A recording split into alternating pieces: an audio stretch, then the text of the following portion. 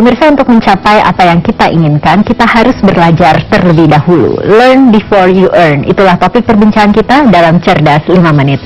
Bersama saya Chandra Dewi di studio Metro Live telah hadir Ari Nugrahanto dari Action Coach Indonesia. Selamat pagi, Coach Ari. Pagi, Chandra.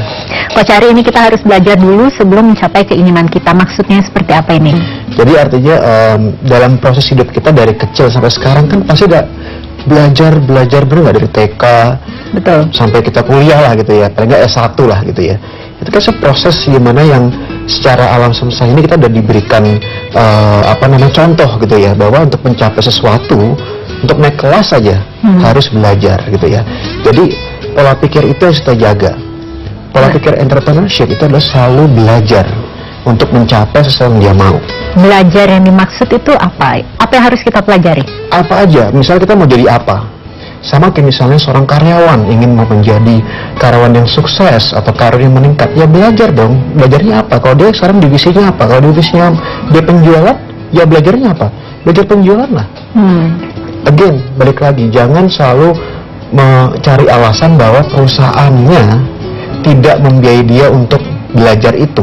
Ya. Itu kan tanggung jawab perusahaan dong, bukan saya. Nah, itu pola pikiran saya. Jadi belajar itu justru harus dimulai dari diri kita sendiri. Benar. Ya, Coach ya.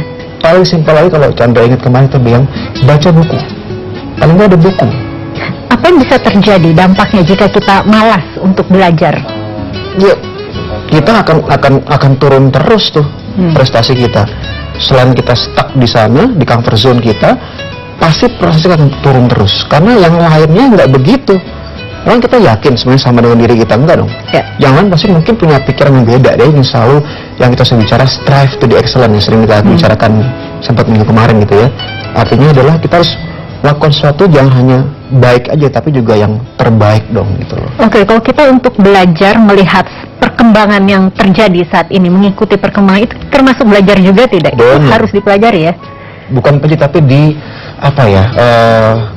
coba kata-kata yang buat kita agak sedikit berat diganti. Misalnya jangan dipelajari, tapi lebih sesuatu yang memang mau kita ketahui gitu loh, sesuatu yang fun kita mau dapat gitu loh. Kalau kata-kata belajar kita agak sedikit menakutkan gitu ya. Oke. Kayak kita misalnya punya handphone baru deh, pasti Chandra pengen otak-atik kan, otak-atik gitu ya, karena pengen tahu gitu loh. Nah tuh pola pikir itu yang harus dijaga gitu loh. Jangan sampai kita untuk mencapai sesuatu kita stop di situ aja gitu loh. Oke, jika kita paling tidak sudah menyadari bahwa kita memang harus belajar, mulai beli buku ini sesuai dengan dari Coach Ari ya. Iya, itu paling gampang. Kemudian langkahnya apa ini, Coach? Supaya setelah baca buku itu, cari buku yang jangan berparadigma, cari buku yang praktis aja. Yang praktis yang seperti apa? Iya, misalnya 7 langkah apa gitu misalnya, atau 4 langkah mencapai apa gitu. Jadi yang simpel-simpel dulu, jangan terlalu berat, jangan buat buku yang tebel-tebel segini, wah saya gak pusing gitu ya. Terlalu teori juga ya. Cari buku yang simple, yang praktikal, yang bisa langsung kita lakuin. Nah caranya langsung lakuin step-stepnya itu, kan simple gitu. Misalnya berjabat tangan dengan teman-teman kantor, meskipun itu Anda sudah sering ketemu, gak ada salahnya salaman.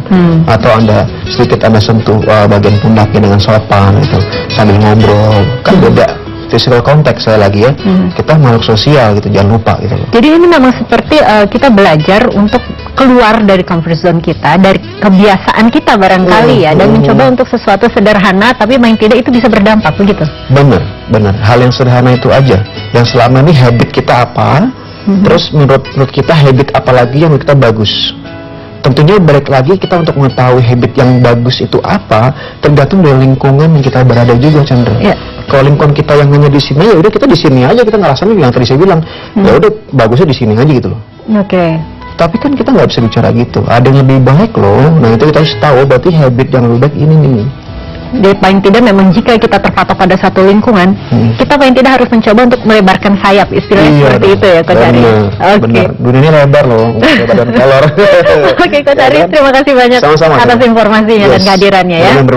Bermanfaat pasti ya bagi pemirsa di rumah. Dan pemirsa, demikianlah Cerdas 5 Menit, Cerdas Finansial untuk episode kali ini. Saya Chandra Dewi, terima kasih atas perhatiannya. Sampai jumpa. Dipersembahkan oleh